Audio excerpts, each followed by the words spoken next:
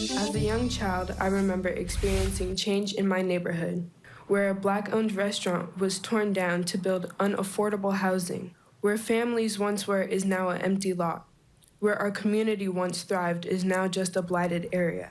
Where young children used to play and have fun is now a place for crime. This needs to change now. We know that the decimation of Lower Albina was not an accident.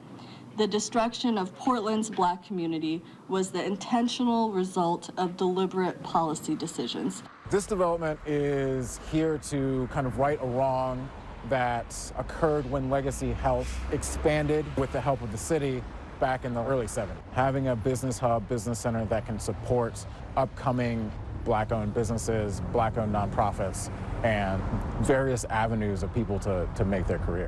It has been a long time coming.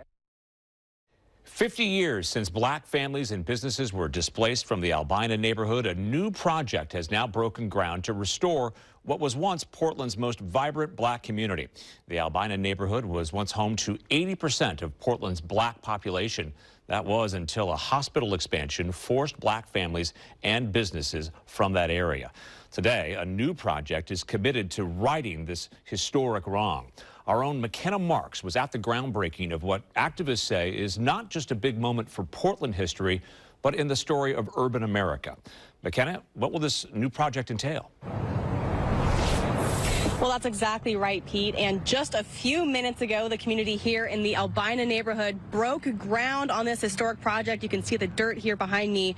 Now, taking place on the last day of Black History Month, this project is not only about just breaking ground, it's about breaking barriers. This $115 million project on Williams and Russell aims to restore this neighborhood that was once the heart of Portland's Black community's economic life. By the time this project is completed, it will provide 85 affordable rental units, 20 homes for ownership, and a 30,000 square foot Black business hub.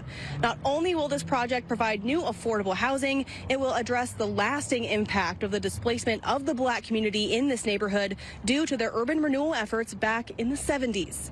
Now, Oregon Governor Tina Kotek was also in attendance today, who said this project addresses two major issues in Oregon. One, the housing crisis, and two, systemic racial injustice.